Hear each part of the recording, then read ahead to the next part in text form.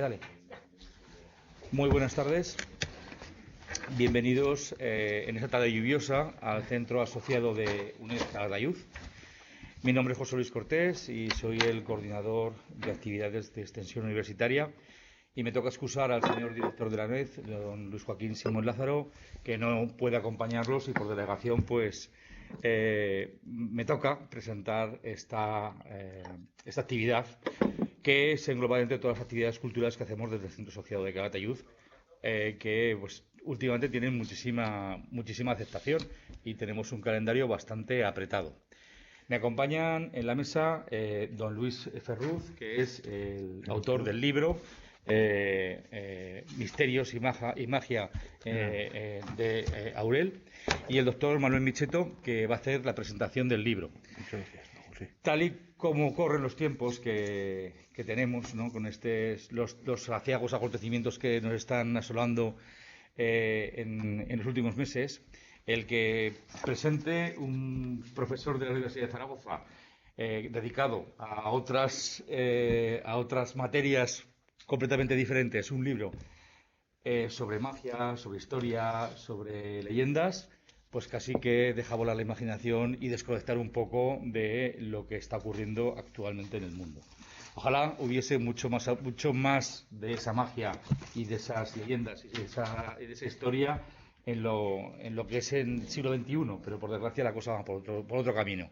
Yo, sin más, voy a dejar la palabra a mi querido amigo Manuel Micheto, bilbainitano conocido de todos. Es quizá uno de los autores más prolíficos, porque hace de todo, ha hecho libros, fotografía, colabora siempre y ha sido personal hasta hace poco también docente de esta casa. Sí, señor. Entonces, pues Manuel Micheto tiene la palabra para presentar al profesor Ferruz. Muchas gracias. Gracias, José Luis. Bien, muy buenas tardes. Bueno, pues nos encontramos aquí para presentar el libro de don Luis Ferruz, Magia y Misterio en Arueg.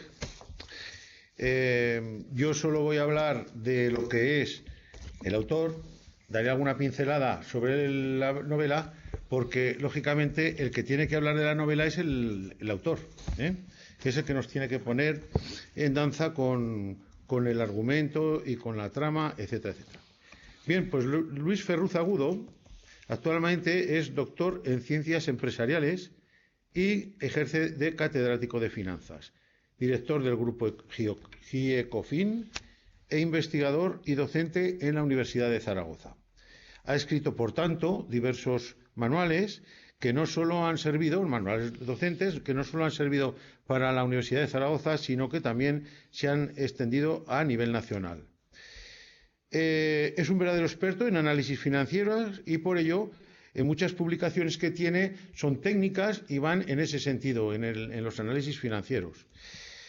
Yo cuando leí la novela, escribí un post en las redes sociales y en este decía ¿qué le llevaría a Luis Ferruz escribir una novela histórica? Una persona que le encanta estar entre números, una persona eminentemente técnica, diagramas de barras, diagramas de sectores, estudios de inflación, y de repente da un giro de 180 grados y hace una novela histórica. Yo tengo una explicación, yo creo que él nos dará la verdadera, porque lógicamente solo lo sabe él, pero yo creo que cuando estás al 100% o al 110% con una materia, necesitas dar un giro de 180 grados y escribir algo radicalmente distinto, que yo creo que es una vía de escape de Luis y ha sido lo que ha producido esta novela. Bien, respecto a la novela, es una novela, la verdad, que deliciosa, muy bien resuelta, se lee muy bien y se ambienta en el señorío de Arueg en el siglo XI, que Arueg es ahora prácticamente es una aprisco donde guardan ganado, pero en aquel entonces el señorío englobaba desde el señorío y Castillo de Jaca hasta las estribaciones del Somport. Y es más, al siglo siguiente se puso el hospital monasterio de Santa Cristina de Somport por el Camino de Santiago. Era uno de los valles más importantes, o es uno de los valles más importantes de Aragón, del Pirineo aragonés. Bien, la novela se enclava ahí en ese ambiente, en esa situación geográfica, y hay un valle que lo añade Luis, de lo cual me alegro porque además es un valle que me encanta, me tiene enamorado, porque es un valle mágico, es un valle que tiene algo mistérico, que es el valle de la Garcipollera, el valle de las cebollas, que decían los romanos. Entonces allí es un valle que es un valle recóndito, es muy bonito, tiene, por desgracia, los pueblos son ya pueblos fantasmas solo quedan sus piedras y pocas, que son Aso, Acín, Llosa, La Rosa, si mal no recuerdo, y acaba en un sitio que me tiene enamorado, que es la iglesia de Santa María de Iguacel. Es un románico precioso, es una ermita que además dices, bueno, ¿qué haría la ermita en este lugar? ¿Por qué en este lugar? Bueno, no podemos encontrar, a lo mejor Luis ha investigado algo, pero no podemos encontrar por qué se ubica la ermita, esta románica preciosa, en ese concreto lugar. Tiene además unas pinturas góticas también muy inquietantes, porque las ves y son un poco, hasta una pintura, uno de los santos es pintado como hombre negro. Bien, la novela tiene tres bloques que entrelaza Luis, que son la propia historia en el siglo XI de los protagonistas, luego habla de la tradición brujeril del Valle del Aragón y por último habla de las leyendas. Es decir, vamos a encontrarnos con tres bloques distintos englobados dentro de la misma novela. Este valle tiene una tradición brujeril, como decía, tiene la cueva de las Huisas es las brujas, tiene el dolmen de las Huisas y eso le da un pie literario importante a Luis para poder desarrollar varios capítulos sobre esto. Y luego, pues, las leyendas del valle, personajes de leyenda, etcétera, etcétera, también nos los da a conocer. El autor hace algún salto al futuro, que el futuro, aunque es ficción, no va muy desencaminado, que suele ser la explotación de los valles. Y esa explotación conlleva muchas veces la destrucción del propio valle. Y bueno, decirles que la novela lleva un marchamo de calidad indudable, porque el prólogo está hecho por José Luis Corral, que todos ustedes saben que es uno de los mejores escritores de novela histórica a nivel nacional. Nada más, yo acabo porque además vamos justitos hoy de tiempo y le paso la palabra a Luis para que nos abunde en todo esto que hemos hablado. Muchísimas gracias y gracias, Luis. Me quito la mascarilla, con permiso. Sí, sí. Con permiso de todos ustedes, me quito la mascarilla. Bueno, pues gracias por estar aquí. Muchas gracias. Buenas tardes, distinguido público. En esta sala Gracián, en este edificio histórico, emblemático. Comentábamos antes con José Luis Cortés, que está hoy pues inspector de director de esta solemnidad histórica y educativa que es UNED Calatayud, que bueno, pues aquí hay mucha historia y que prácticamente el 25% del total de habitantes de Calatayud están estudiando en la UNED, los que sean de la UNED, porque por lo que se ve hay hasta de países nórdicos y bueno, hay muchas personas que no saben el sitio tan emblemático que es Calatayud y particularmente Calatayud UNED. Muchas gracias por tu presentación, José Luis Cortés, motor y pilar fundamental de la UNED Calatayud en este momento. Como no, gracias Manuel Cheto, que cariñosamente y muy representativamente está designado, lo voy a apuntar aquí porque no decir ni una coma, el ojo público que lleva a Calatayud en el alma. Y así te describen la opinión pública de los medios.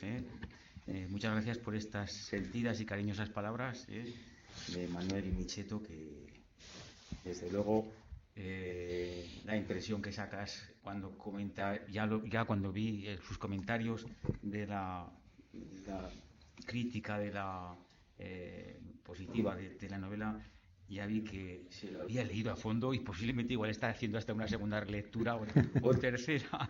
Bueno, aunque no está por aquí, muchas gracias también ha nombrado Manuel Micheto ha nombrado a mi prologuista, José Luis Corral, escritor e historiador, que cuando supe que me iba a hacer el prólogo, pues la verdad es que sentía constante, incluso ahora mismo casi siento su presencia en el sentido de decir, haz las cosas bien, chaval, que es que te has metido en una especie de asunto que no es el tuyo y procura hacerlo bien. Entonces, bueno, pues es uno de mis maestros, y a él le gusta definirse como escritor e historiador. En fin, es mucho más que eso. Para mí yo lo llamo cariñosamente el Master and Commander, creo que es el número 1 de la novela histórica en España y de los mejores del mundo. En fin, ha sido hasta asesor de Ridley Scott. En fin, bueno, sí.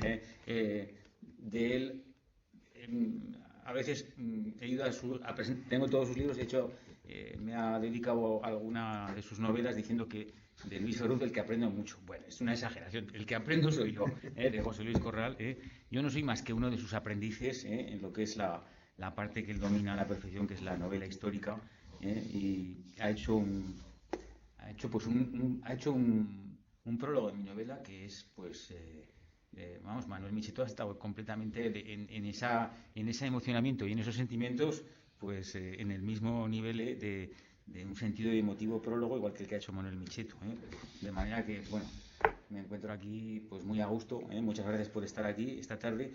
Y como decía Manuel, como decía José Luis, pues voy a comentar algunas cosas de mi novela que no están ahí, que son, digamos, pues como anécdotas, como curiosidades. Y voy a empezar por, bueno, ¿cómo es posible que un economista un economista especializado en análisis financiero, en bolsa, en gráficos, en todo, números a todas horas, se meta en una cosa como una novela histórica? ¿Qué me ha podido a mí llevar a eso?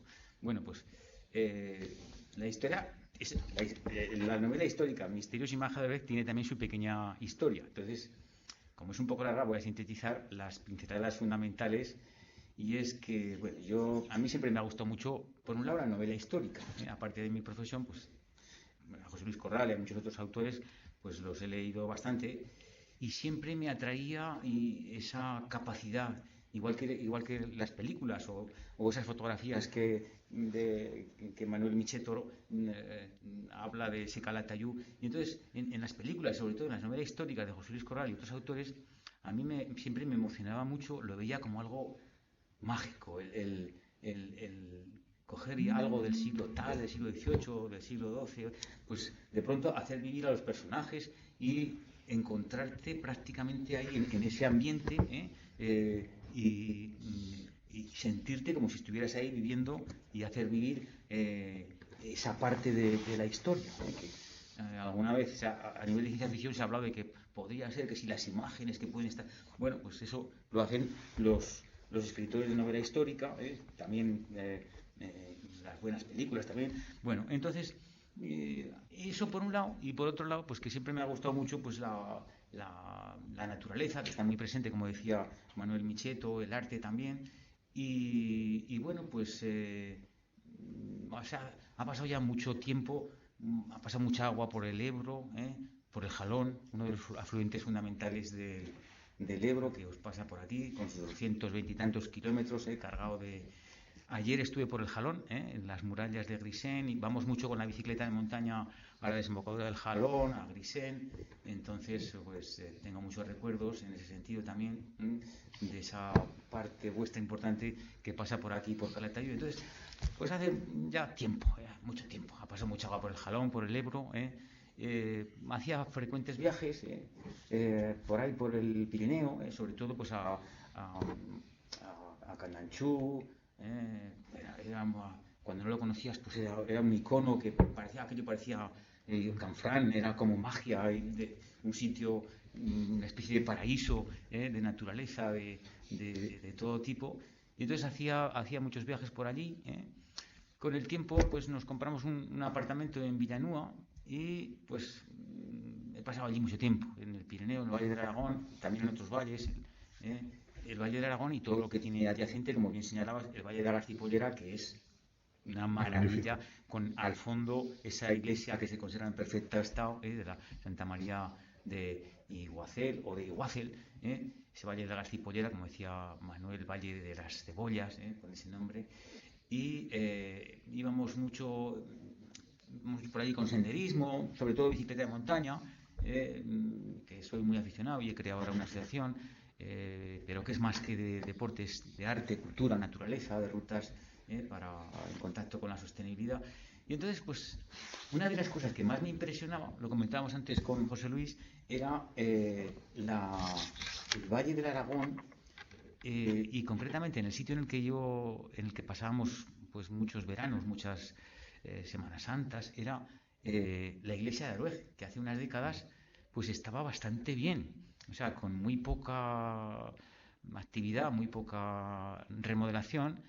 Podría ser hoy, no llegaría, creo, al valor y a la cultura y el arte que tiene muy preciosista Santa María de Iguacel, pero bueno, casi en una altura similar, también más o menos de la misma época.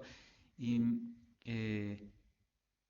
eso, con mi emocionamiento por la naturaleza, el arte y la novela histórica, dije, pues empecé un poco a indagar y empecé un poco a leer, a documentarme y esto y lo otro, y dije, bueno, igual yo puedo igual puedo algún día pensar en acometer el reto de hacer vivir todo esto, y incluso el momento en el que esta iglesia y el señorío de Arueg, que es como era el nombre en la Edad Media, el actual Valle del Aragón. Esto no lo saben ni siquiera, lo he comprobado personalmente. Yo soy muy hablador, me relaciono mucho con todo el mundo, que incluso a veces sin conocerlo, y bueno, pues ni siquiera en el Valle del Aragón, en la Jacetania, pues se conoce esta historia, y que en la Edad Media el Valle del Aragón, recorrido por su mismo, el nombre que lleva su mismo nombre, el homónimo, pues que era el Valle de Arueg, el Valle de Arueg, Aruex o Bardaruex. Por cierto, una pequeña primicia: estoy concluyendo la enésima revisión en inglés del libro de Arueg, porque lo de las revisiones es una auténtica tortura, las revisiones, y venga otra revisión, y seguramente vamos a cambiar el nombre de Arueg, vamos a respetar. Ha habido suerte porque me han ya analizado un poco el tema, yo también lo he investigado, y no hay ningún problema porque da también otra denominación: Arueg, Bardaruex o Aruex. Y es que Arueg suena un poco en inglés, sí. No suena Arueg, y entonces pero posiblemente vamos a poner el Valle de Aruex.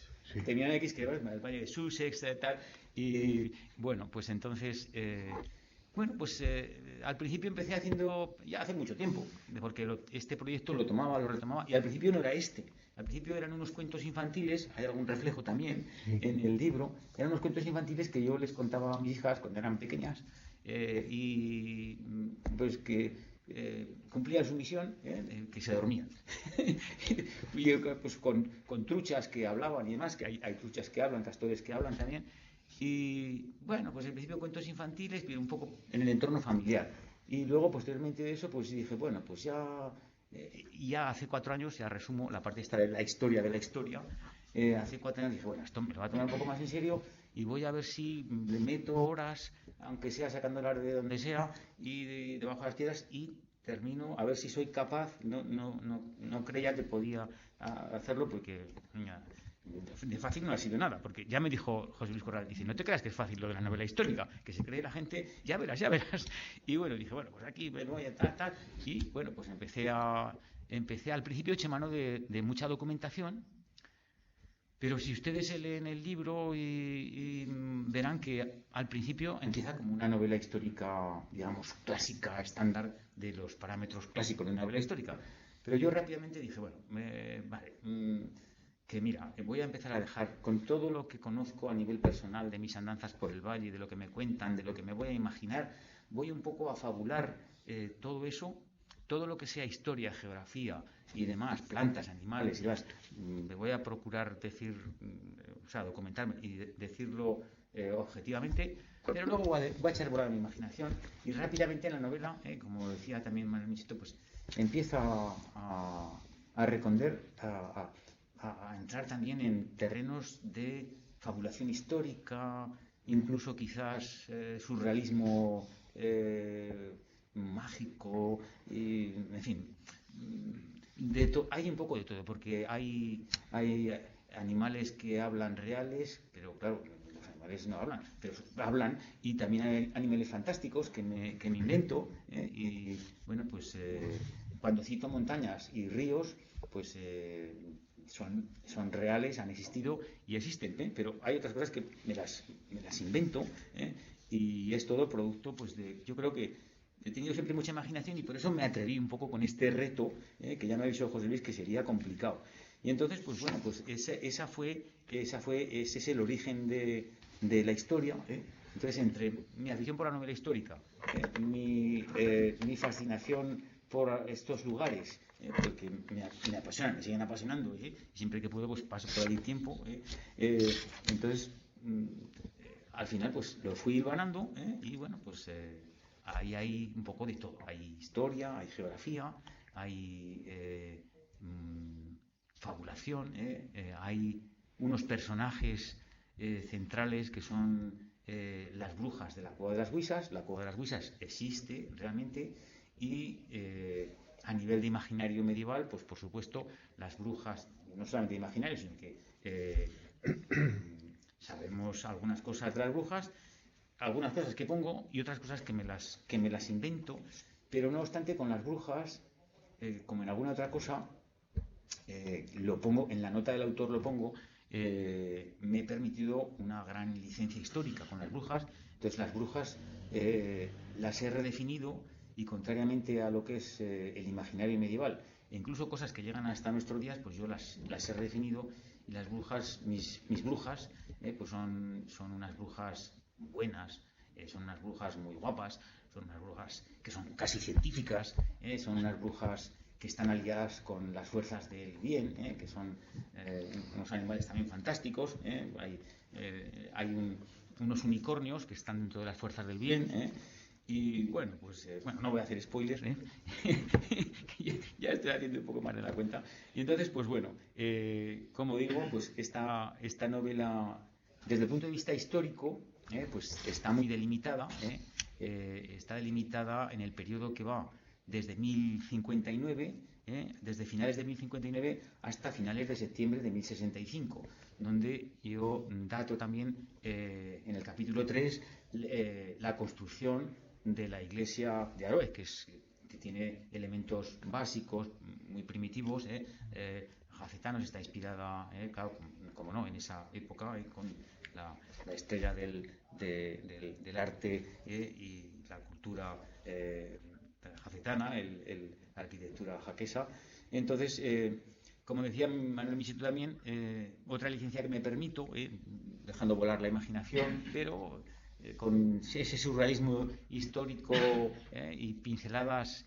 Yo creo que el libro también está trufado de mi personalidad, con esa idea de pasión por la naturaleza, pasión por todos esos ríos, torrentes, absolutamente todo lo que es la naturaleza, las montañas, la collarada, la espata, todos los vacunes, todo eso que lo nombro, y que son cosas que han existido siempre y que siguen existiendo. Y de alguna manera el libro también, pues sin proponérmelo, porque la verdad es que yo no lo he hecho con ninguna finalidad, pero luego a través de por ejemplo, lo que ha comentado Manuel Micheto, o yo mismo releyendo, pues me he dado cuenta que quizás se puede encontrar un mensaje. Uno de los mensajes que ya lo reseñó José Luis Corral en el prólogo es que yo no lo hice con esa, nunca he sido consciente de haber hecho el libro, sino que en principio lo quería hacer como hizo, valga la comparación, salvando la distancia de sus equívocos, lo que hizo Ramón y Cajal, por ejemplo, con unas novelas de ciencia ficción que prácticamente casi nadie las conoce, porque él lo hizo un poco para autoconsumo y para el círculo suyo de... Pues yo al principio esa fue la idea, no tenía más que... Y sobre todo para mi mujer y mis hijas, que un poco recordar todos aquellos lugares y también, en cierto sentido, pues hay varios animales que son... claro, lo que no es real es que hablen, ¿vale? Pero hay animales que son parte de mi vida. Son, por ejemplo, está nombrado los dos perros que he tenido, un perro cuando era pequeño, un perro cocker, el Ron, que está nombrado, otro perro cavalier, Tommy, que también está nombrado, y un gato, Mausin, que también está nombrado.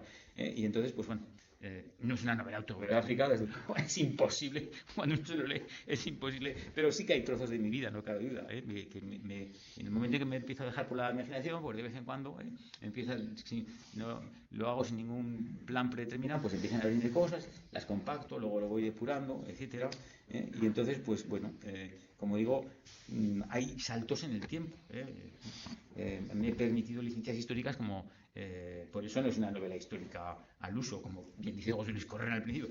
Me permito en un determinado momento marcharme a la prehistoria, y en otro momento me voy pues al siglo XX, a la década de los 60, y también me voy al año 2050 y al 2080, y siempre con bitopías, universos paralelos, y pues impregnado un poco de lo que me iba fluyendo con mis vivencias y lo que es pues premoniciones de lo que podría pasar o no debería pasar, y siempre pues en el fondo y luego también me he dado cuenta, en el prólogo lo comentaba José Luis Corral, que hay un guiño también a la sostenibilidad y a la pasión por la naturaleza y la pasión por el medio ambiente y la pasión por la vida y por todo lo que merece la pena vivir. Entonces, pues bueno, tiene muchas cosas. Yo creo que es un libro, una novela histórica multidimensional. Lo que es historia, pues creo que por lo menos lo he intentado tratar imagínate, por lo de correr, pues he intentado, bueno, José Luis, si ves que tú nos dices, pues José Luis, me hace el prólogo, no puedo poner ninguna tontería de tipo histórica ni geográfica, y entonces claro, cuando hago en la época esa, pues imaginaros, estoy hablando de la segunda mitad del siglo XI, sobre todo centrado básicamente en ese periodo de 1059 a 1065, pues claro, no pueden faltar, por ejemplo, alusiones a... Están los primeros reyes de Aragón, claro, Ramiro I, está Sancho Ramírez, no podía faltar todo lo relacionado con los orígenes, que está, yo creo que siempre hago alguna pequeña compactación porque te documentas pero faltan cosas, y luego aparte de la fabulación histórica razonada, pues luego está mi fabulación, que todo eso lo procuro comentar en el prólogo, y luego hay cosas que son evidentes, evidentemente, pues los unicornios a lo mejor han existido ahí por ahí, pero los hago volar, los hago hablar también. Entonces, claro, lógicamente, pues esa época también hay unas pinceladas del Santo Grial.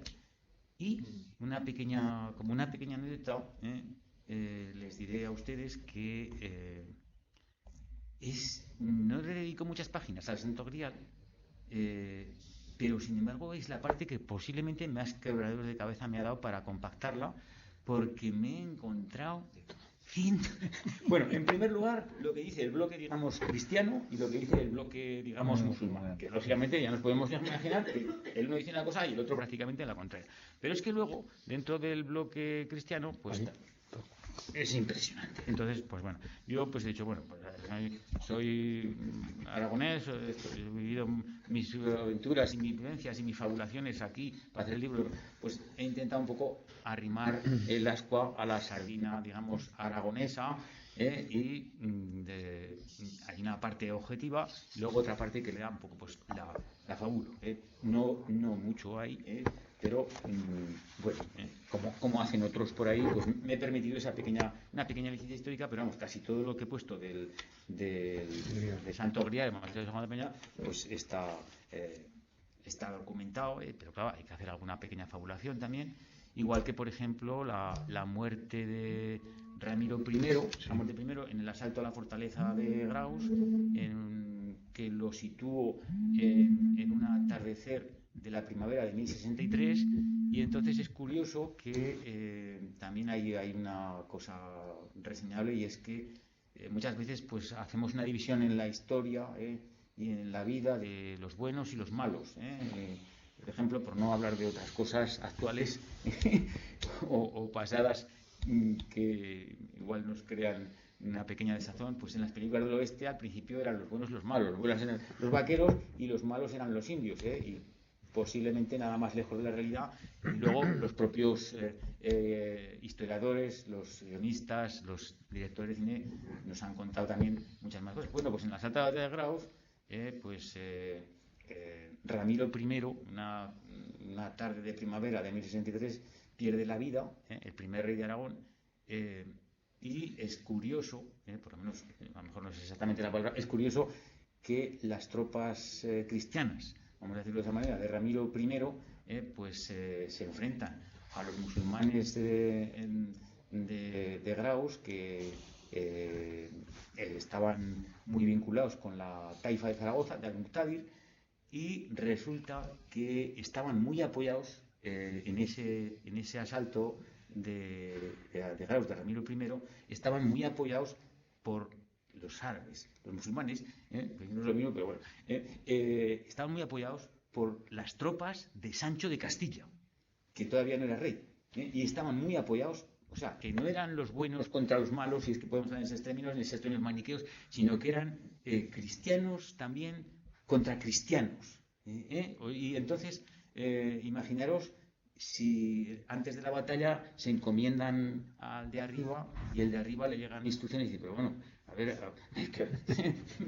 menudo lío para apoyar a unos y a otros, porque me están diciendo unos y los otros lo contrario. Y entonces no solamente eso, sino que ya estaba por allí en ese asalto apoyando a las tropas castellanas contra las cristianas aragonesas, estaba apoyando también, que empezaba con sus veleidades, el Cid, sí, que ya empezaba en fin, como hacen pues, los futbolistas, por ejemplo, ya empezaba a venderse al mejor postor.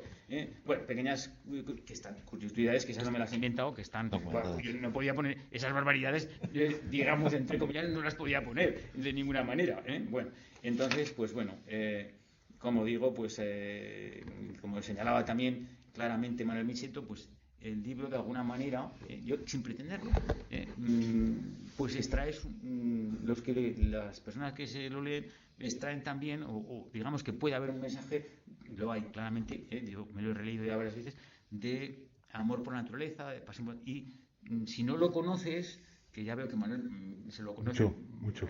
Por lo menos a nivel de documentación, si no lo conoces te entran como ganas de ir por esos lugares, por esos torrentes, por esas montañas, paseando, disfrutando no solamente de la naturaleza, sino también pues de rutas ornitológicas. Hablo mucho de diversos pájaros, de diversos peces, etcétera, etcétera. Y bueno, voy a ir ya dando las últimas pinceladas, de manera que, bueno, pues el libro también sirve un poco pues para un poco conocimiento. Aquí tenemos a José Luis Cortés, que es un experto en temas de turismo, pues yo creo que también es un reclamo turístico para conocerse esos lugares, de manera que si los conocéis podéis profundizar más todavía, porque aquello es que, vamos, yo es que mira que pateaba aquello andando, escalando con bicicleta en montaña por la mañana, por la noche, lloviendo, nevando, pues todos los veranos descubro alguna ruta nueva. Por aquí por Zaragoza también, ya me sé 6 rutas diferentes para ir en bicicleta de montaña a Sobradiel. Y de Calatayud ya hablaremos. Bueno, entonces, respecto a los personajes, bueno, de alguna manera ahí hay una de las claves del libro, de la novela histórica, de esta novela, que es mucho más que una novela histórica en el sentido de que tiene muchos matices, de que tiene muchos componentes, y dos personajes en el sentido de que es una miscelánea, como dice José Luis Correa en el prólogo, pues no es el estándar. Es novela histórica, pero no es el estándar habitual. Ya lo estamos viendo en ese contexto, y ya he visto que Manuel Micheto se ha dado cuenta perfectamente de todo eso y lo ha subrayado más, y con la crítica literaria que hizo en su momento, pues todo además. Bueno, pues los personajes, la historia, la intento reflejar, la parte histórica de naturaleza, lo mejor posible, documentada, pero luego todo lo compacto, sobre todo, los personajes históricos me sirven para compactar la fabulación que hago sobre el Valle del Aragón en esa época. Todo el capítulo 3, por ejemplo, lo fabulo alrededor de la iglesia de Arueg, y el capítulo 5, que es, digamos, el colofón, y en general nadie se espera lo que va a pasar ahí en el capítulo 5, porque es que lo leo ahora y digo, pero bueno, como lo que le pasa a mis alumnos cuando se meten a hacer los trabajos de grado o la tesis doctoral, que luego al cabo de 2 años dicen, pero esto hice yo, estas fórmulas, estos modelos planteé, que ya no me acuerdo cómo lo pude hacer y cómo me iba viniendo la imaginación en momentos que casi de fiebre. Entonces, pues bueno, los personajes son todos, aparte de los históricos, pues eso lo pongo también para que quede claro en la nota del autor en el libro. Está ahí, todo gira alrededor del señorío de Arueg, que era el que dominaba todo el Valle del Aragón en la Edad Media, desde el Somport hasta Castillo de Jaca, pasando por Canfrán, Villanúa, Castillo de Jaca. Entonces era el dueño y absoluto. Entonces está Herminio, que es Herminio Rompares, que es el dueño y señor de Arueg, pero de todo el valle, encomendado por los reyes de Aragón, de que custodiara aquellas partes. Realmente el lío estaba en el sur, invasiones del norte, de manera que era algo placentero ser el señor de Arueg. Y bueno, pues está emparentado con la nobleza media de Jaca, digamos. Su esposa es Dorotea, otro personaje inventado. También está Jorge, que es pastor y cazador, que es la mano derecha de Herminio, y dejo caer que hay alguna cosa por ahí. Bueno, entonces no voy a hacer spoiler. También está su inseparable perro Bullo, un mastín de los Pirineos, y sobre todo Elvira, que es la cocinera, pero tiene una doble vida, y es la jefa de las brujas de Arueg, con epicentro en Villanúa, pero realmente con dominio sobre todo el valle del Aragón. También habría brujas en Canfrán.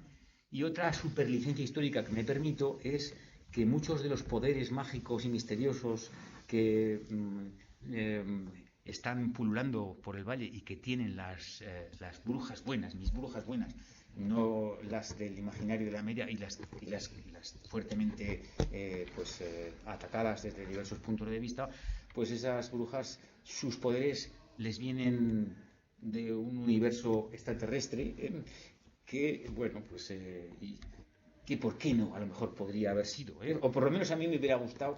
Yo he contado las cosas hasta cierto punto también como a mí me hubieran gustado sido. Entonces, en ese sentido, pues en la Edad Media las brujas eran consideradas en el imaginario medieval y en la realidad por las digamos grandes fuerzas sociales que eran los señores de la guerra, los bellatores, fundamentalmente por reyes, nobles y demás, junto con los oratores, que eran los señores, digamos, de la parte de la iglesia, pues eran, de alguna manera, las brujas fueron el chivo expiatorio y la demostración del gran poder que tenían los oratores y los bellatores, porque se las consideraba como seres, se las suele pintar también como muy feas, montadas en escobas, con unos poderes que emanan del diablo, que les hace volar, que les hace transformarse, con unas prácticas muy raras, buscando cosas por ahí por la naturaleza,